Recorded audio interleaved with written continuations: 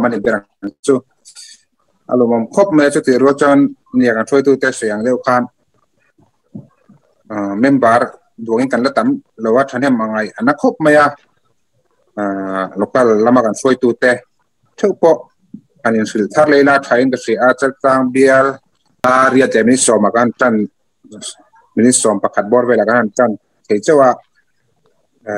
ko ni sela aw mangang ten lok puina chatak kan nei ka be sia chanina soita hang BIAL kumpuanina malakna ani a alomom hle me kan throi tu te malakna Sri Min ti boya kan zia turagan ngai to nuwa ti hian malak thei lawin kan le ani a theng angin kan Bible king himen rem chan na le ja ru atiang devin janna ko pulen kara rem chana kanan le ya alomom le a du tula sab che lo me kan ko tu te malak alomom le ta thia ni ti kan se ma sadua janina hian kan hun kan ni hun man dan tur chu tran tu hian una nu sindi la rin chani ni a sermon hi kan build the pastor reverend si Lalramthanga ani a tin solo tur kan ya una nu lupui janina phong la sa turin kan be sei bo nga thaw me janina kan pastor in thu min soi sak dona build the pastor to say po ngai thalo na pori to hle me ya janina hian member tam thiang be khalu tila khalai te kad enge khom kan nei thei to sila kan pastor te poi kan sikha to ina rin oma janina hian tam thiang ber lu tila ti kha Duhthusamin a ti ro la son seta khan an be se chu kan khalo din ka ri a eng chen nge free min ti boya nga eng chen nge kan la INKHAWM thei long ti khriat lo ba zoom meeting te po kan la nei chhozel mai theya kan thanem ngai na te enge local tin na kan local tin tu te na kan thanem ngai na te kha kan local khan lo puang dar in nge lain som in lain karbe dewila ti kha thanem ngai tu kan soi ni sela thome le janina kan hun man tu te pathian ne na lan na kan nga chumi kan lan zo chuan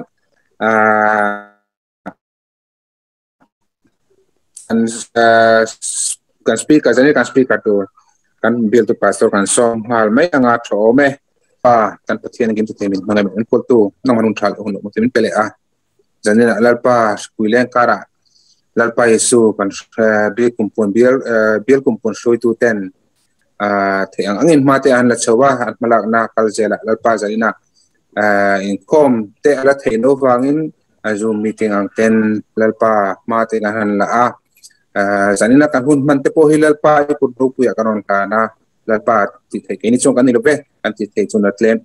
malalpa chuti rule ro chun lalpa isu kan hun man janina kan human tur poi lalpa nang man ro puna min puan chu sakla kan ma kun local zel tura po lalpa chakna min petu ani a nang ma kan din na kong lalpa hosin min petu ani thena turin janina hian kan hun zong ku ta karon plane kan speaker tu te lalpa kan solo kan zai tu te po lalpa nang ma ni tharau thiang min puila zoom meeting kaltlang hin lalpa ro pi thak lalpan a tho theile turin an hun man tu zong po ipot ro puya karon ka ni lalpa isu janina kan unaw kan member puite la janina lalpa zoom meeting kan nei na muna lo telve thelo te po kan nei le kuna chuan lalpa he ai tam zo kan nei theina turin bimaltin te thinlung anang man ha thok tu chin khongai na karon diu tak ni kan hun zong tu ta karon la ne lalpa tu ta isu khoi ming thiang ni min lom tu sei chin karon dile amen le tuna chuan kan speaker tur reverend Lalramthanga kan BIAL to pastor le kan som tom tonga thome aku anin aduangin ahun maksaron mangsela interesting lovin athome tuna lalpa isu mingan som ngalange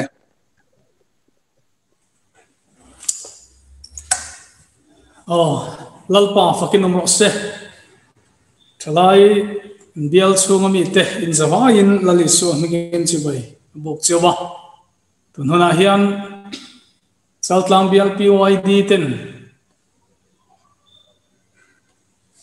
committee peng khang kan nei te singa KUMPUAN committee ten Zoom CHALTLANG INKHAWM board sai ni se antia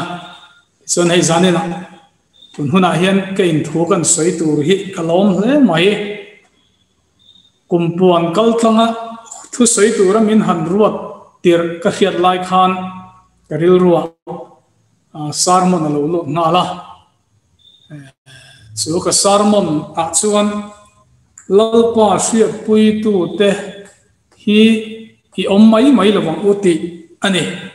chu zanina theyang to kin hun man kan tum don ani a lu te min lo ngai thak sakuna an tha ange pathian thu kan chiar ange Isaya bung somruk pani Isaya bung somruk pani charuk le chang sari hian kan chiar ange o Jerusalem ikul chunga ralveng tu te ka ven tira achuna zanin engtika ma ngoi lawang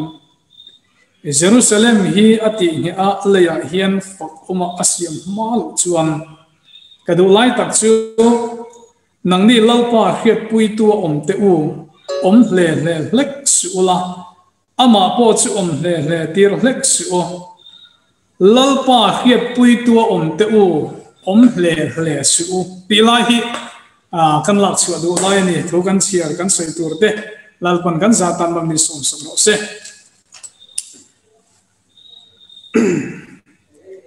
lalpa hriat pui tu te hi om hle lo turin min tia chumi om sia chu se zok ro har zok ro ati na lam ni lovin pathian na hriat pui tu pathian mu fia chiang tu te hian kan mu fia na te kan chian na te kan hriat na te hi ngoi bo pui lova pathian hriat pui tu kan ni na ang taka chu ama kan hriat na chu puang chuak turin zanin kan thu chiar hian min bei seya chutiang ti tur chon zanina kan thalai ho zong te po kan fui masa du chewani helai thu hi ti hian afia theina turin ka thil ena changin han soi ka du'a tunkar khan tv a vai film ke ena chu ka film ena chuan misual ho tu pa hi arorum hle maya atorot hle maya thui hruai ama veng tu ama enkol tu te duty engamo zat maya na ya chung a thui hruai te la chu an rorum hle mai ti chuan trum khat chu alom lo zong ti tu te ama ron nial tu te ama ron do tu te chu a chia lo te kal tangin that turin awatita a khopui lun lai tak mai le in tam takin a khwal mi hring po chu ina chuan asang engamo zat an chen na pot tuala chuan an mu lai ngei mai le an hriat ngei mai lain chung mi sual de chuan an ho tu pa du lo da na om te chu nasa takin rova takin an soi sa a mi pui sang tel khan an thira a soi sa tu de chu mi paruk le kan ni a ti chuan an phatta miswalan tlan siat nu chuan police an lo thenga police ho chuan hei hi tu ti nge tu te til ti nge soi ro an tia an hlaw wangin mita mutu tenge mai po kha an hlaw awangin uncle diala uncles diala uncle som ta a police trong kama chuan mita mutu tenge le thil sol ti tu tenge po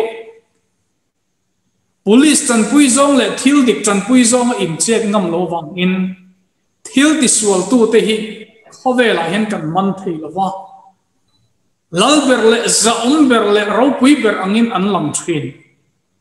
voine hen mita mutu ten tu ma ati tu in soi thei lo wangin voine mithi athi mai do na ni ani chu chen ka thin lung a ne le mai pathian ko khan ho te khonga om kan PYD te zanina hian ma ni thep in enfiat tiang ko thuthunga pin thuthung fa kan ni kan in ti mek lai hian engwangin nge pakhatna engwangin nge pathian thuthung hi lo phat san thin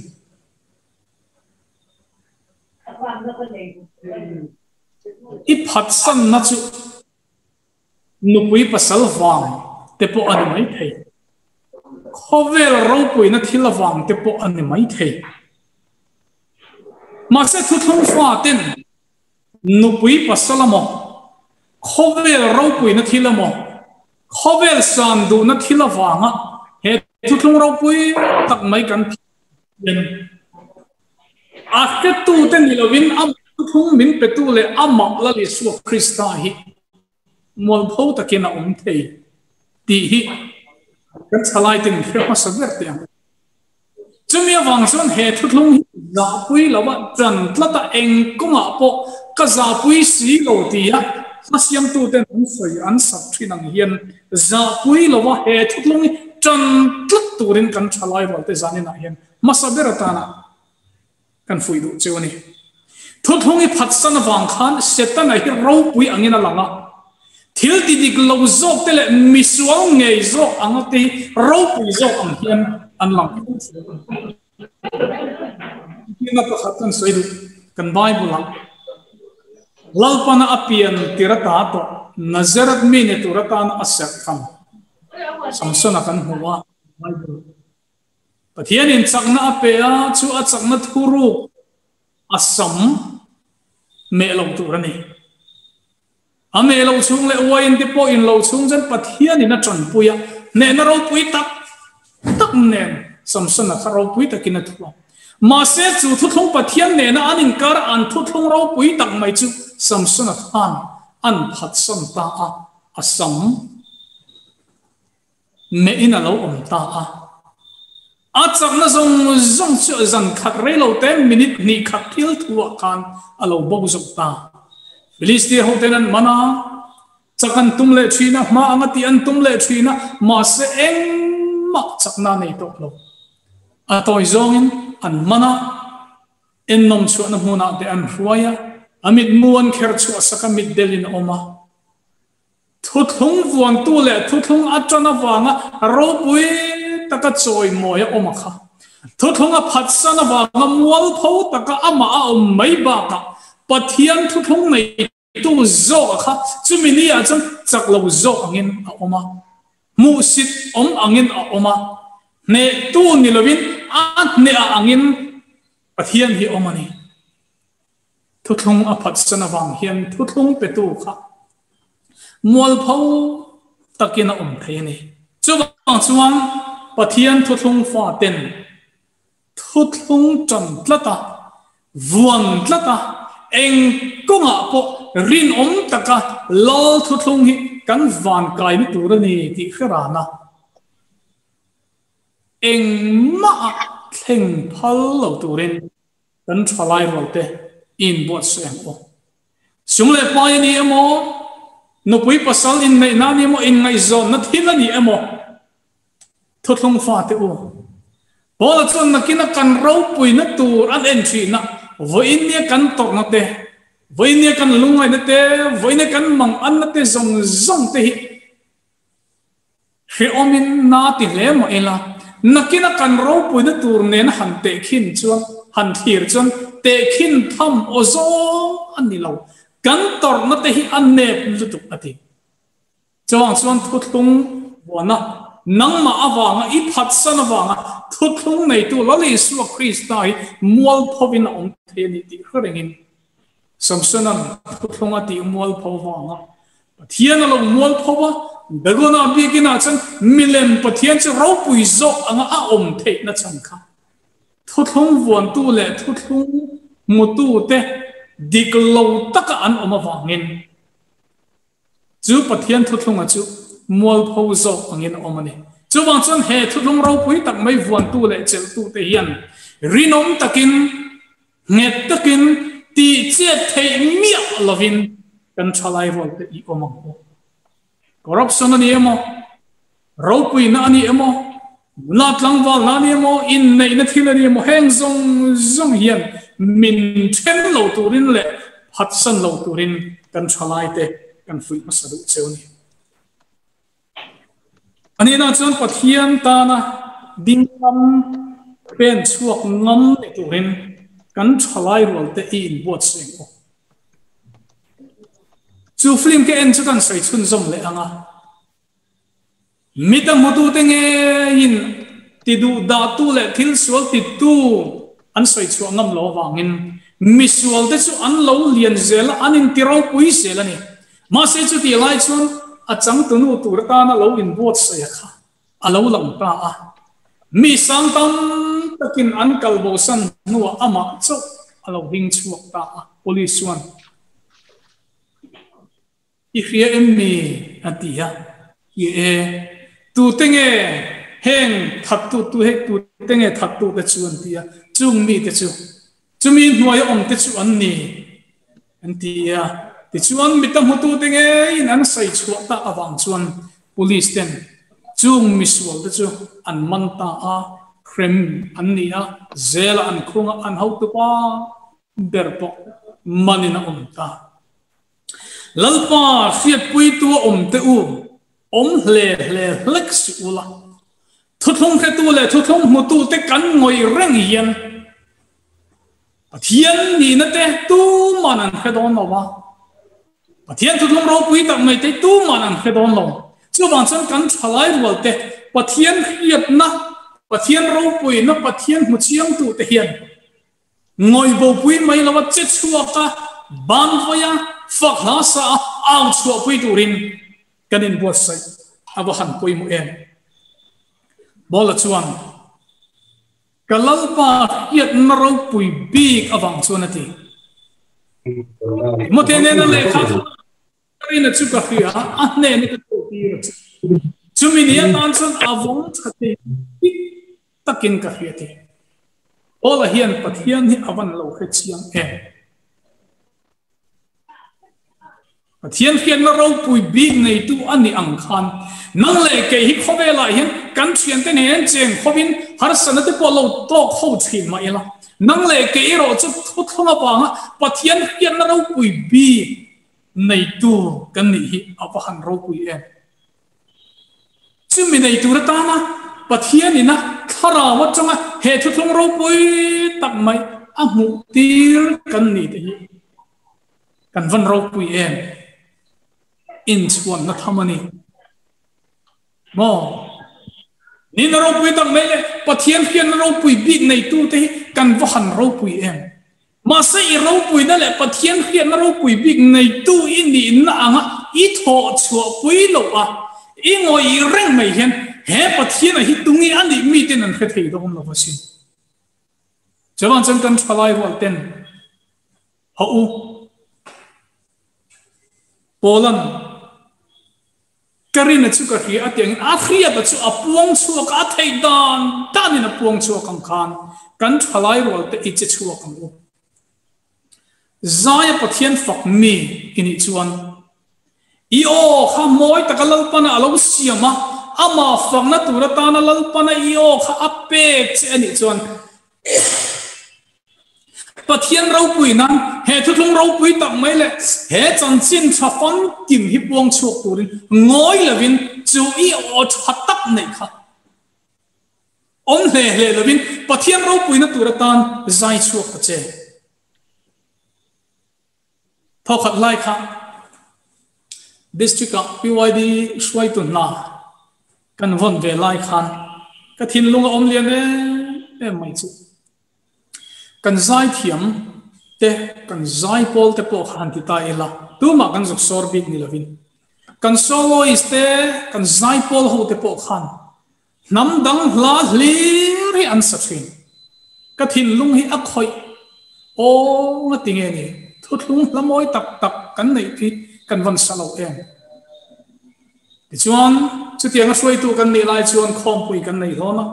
kan khom pui na hun tu ra chuan ka thian pa hi chu mi hla chu ka chairman ni au thu ka soi don nin pathian ni zinga ka som zong che ni program a tel lo ma la chu hla chu isang chumi satur chon nang po drill ru la thin lung takin lo in bo sai la chu ngei chong try na te lo nei ro khatia ti chuan chumi ni ya chon kan han som pathian in nasat takin mala soma azai a hla po sak zo main tharau lam na te den kan rem mai ni ho lalpa khiat pui tu pathian khiat na fam kim nei tu kan thalai rwal zai thiam le zai pol te u on he si u in mangin in rong mangin pathian fam kim na pathian thu thung puang chok turin he ai na sa zo ko puang chok turin in bo sayang che general ma kan swai tu ten an swai karil ro ka thinlung omrang pakhat chu America rama anro rel na sam permaya anro rel na tura America rama kan pasor pakhat hun mang turin an soma chota chuan marka ziak hi achiarta khovel zong zong a kalula thil siam zong zong ne na chan chin thai ril ro ring baptism chang chu chan daminan omang a ring lo ero chu thiam lo changin an omang thu thung lo fa te ma thu thung kha huai takin apuang chuak ni kan thalai ro te o pathian thu soi tu pathian puang chuak tu ini po in he thu thung ro pui tak ma hi I kal na la I om na I then china pia nga khan huai tak puang chuak tu ni la huai tak puang chuak ke pen tu ni tu mong che chu pathian siat pui tu te hian a pathian hian nang le ke hi min du chan ani serial theme ke en pakhata ka tvn kan soile ti ang tvn khat bia wanga mi ngai la ula ka chor tang kai khop mai achang tu tele misual tenen anin khinga ot ma anin khinga chuda chuan khiat pui tu kham misual hobina an zil le an vo avowa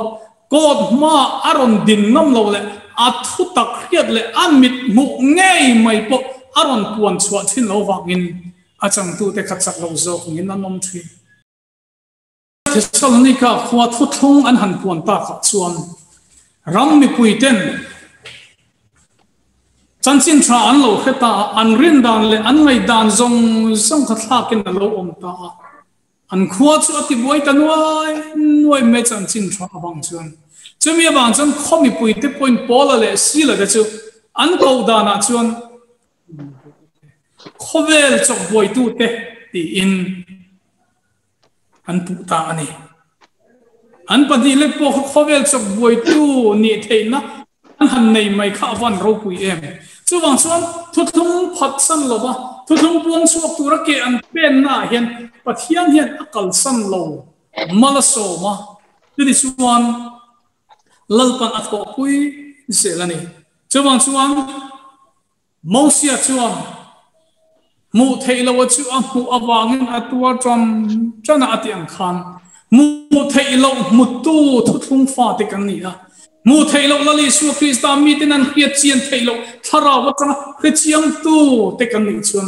chu I khiat na te chu I mu chian na te chu ingoi bo pui mai he chan chin tha khowela kan zora hi thudi ka hi god ma hian dik lo zo angin achang chawang thali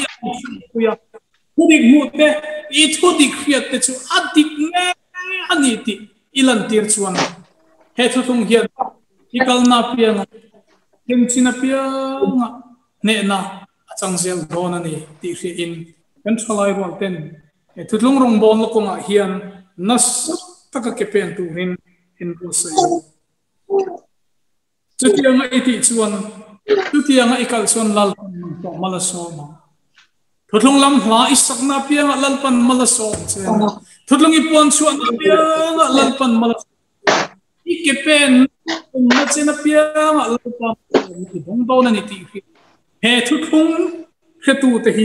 isaya chuan chena kan chiar ta kan khan lalpa khiat pui tu om te u om le lex ul atyang hiam thu thong khetu te hiam om le lovin kan thu thong ho le kan khiat te puang chuak tur kanin bo se maya sermon mi kan ni pon kan sermon na lama thuthung kan puang chuakanga zairong bol mi kan ni pon he thuthung awang hian kan zayanga he thuthung lam hla de mi ti kan khilanga mi ten an lo mo mi ten an lo chiara moi an tia he thuthunga hian lali su Christian lo hiat chian thin turin o italen nei lalpana mu chian tir chahi thup bo mai lavin chachuak ve ro le chutianga i om mai maya mo thian thunung khatu te hi om mai chuan a thuthung petu lali su Christa mu chian tir tu te liaro tu khan nai tu te athina rim viau mai thesin chawang chan zanina hian pathian khiat pui tua lali su Christa pathian hritu lali su Christa thina le phuma omna le atho le na chanchin thom king hritu te kan ni si chuan thalai rol te u chu a hritu te ingoi reng chuan mi ten an tin ngem khiat thayam mi ten he chanchin thai an tin ngem khiat thayam chuwang chan ngoi mai lovin talen in a yang zel khan he thuthung hi puang chuaka puang dara aro puina turatana ke pen zel turin kan thalai rolte le ngai thatu zong te in bo seng o he thuthung awanga I tron le I mu kha I lo soya I lo puang chuak a chumi awanga harsat nai to kani phun a to pa mal so nei dungam chini chuan ka TV enang khan chumi achang tunu chuan thudik amu a khiat a puan chu awangin misual ten an mana an soisa ma se thudik so loading chang zela thudik chon ne na chang tir zela ato pa dik na puang chuak tu chu ropui taka choi moin om thin ang khan lalpa khiat pui tu te pathian khetu te lalpa khian ropui big ti anga khian ropui big nei tu thung fa te hian kan khiat kan mule kan khiat te hi o puang chuaka poison taka kan puan chu na wanga mi te musit kan lo to ka mi te diriam kan lo to ka mi te ti du dana kan lo to ka ni in atopa ropui takin choi moin kan lo om donani chuwang chan local tour he local trip to local tour he lali so Christa book ani wangin thuthung nei tu lali so Christa book he local dona wangin he thuthung om te hi ama khiat pui tu ten arong kan bo ko ma hian ama chan chin ama thuthung ropui tak ma hi poison takin ipuang zelang ti in zanen ahem thalai rol te kan fui du cheuni lalpan kanza tan mal mi som so se ne boi te ki hin chin talan khan ma te kila chau kan thai thai thumi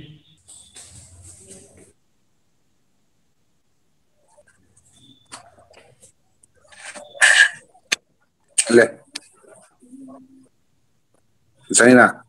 tak mega ngai tha alom hlei ka sia kan sia angin kompon malak na nia kan kompon tan hian tutlung pon war kum ania zanina kan bias tu kan bial tu pastorin tutlunga chungchang tutlunga nget tak om voice tak om koi mo na le tut na temiron the alom hlei ka sia zanina hian singa ngai sia dang khan mi an tam lai berin mi som ni le pathum kan luta mi som ni le pathum ka ngai tha second session mi so panga ver kan lut le a zanina hian lupui hi a hundaron mang the donem o anu lupui pathian faklas turin lali so mingan lo so mange lo sanya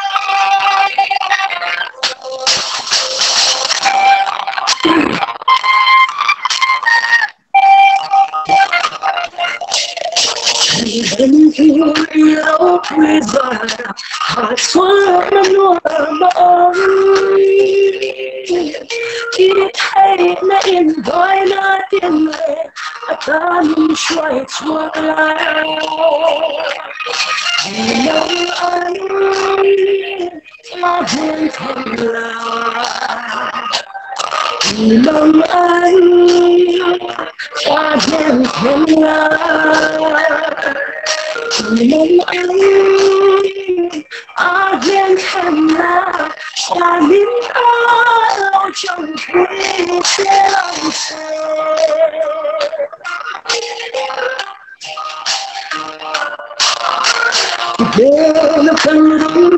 em lòng ta đi tham chi ngày than gọi ra tiếng lệ trong mà rong rong lên lòng anh hết là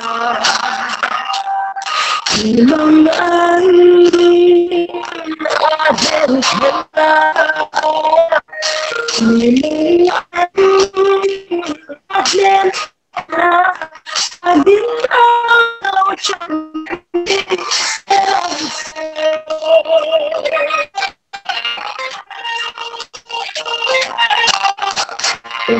luôn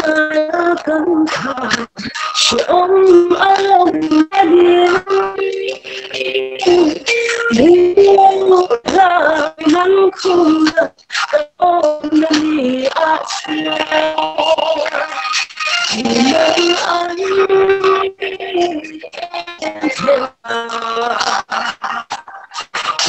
mong anh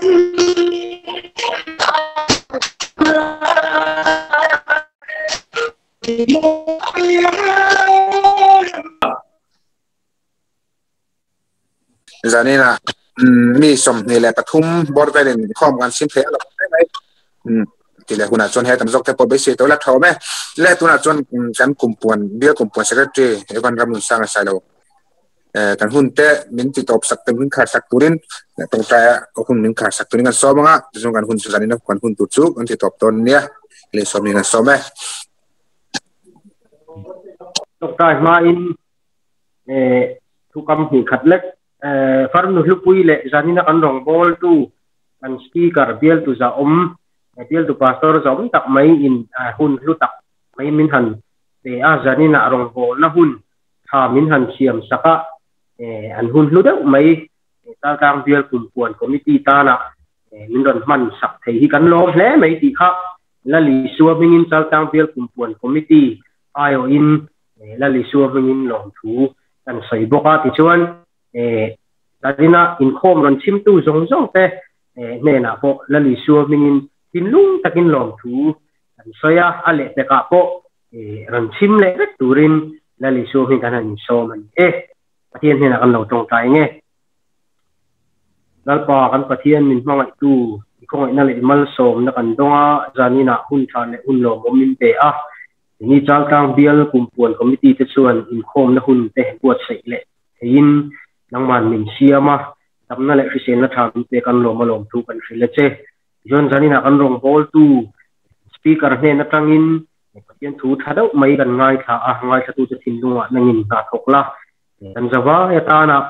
chel na min pe tu le voice na min siam sak tu lo ni sel theina turin nangina thujon sai te mal so te jon zaina kan zai thiam unaw Lalhlupuii po nangman ompui la ale pe ka po thata ka hun aron man le theina turin zaina hian ata ni mal som na kanon bil pui po ni hun kan program nangin min venga min ompui hena lom thu te hril chungin tungzong jong chu kan nalpa du tak ti sui min keng min hena lom ti sai tin karon di le che amen Amen.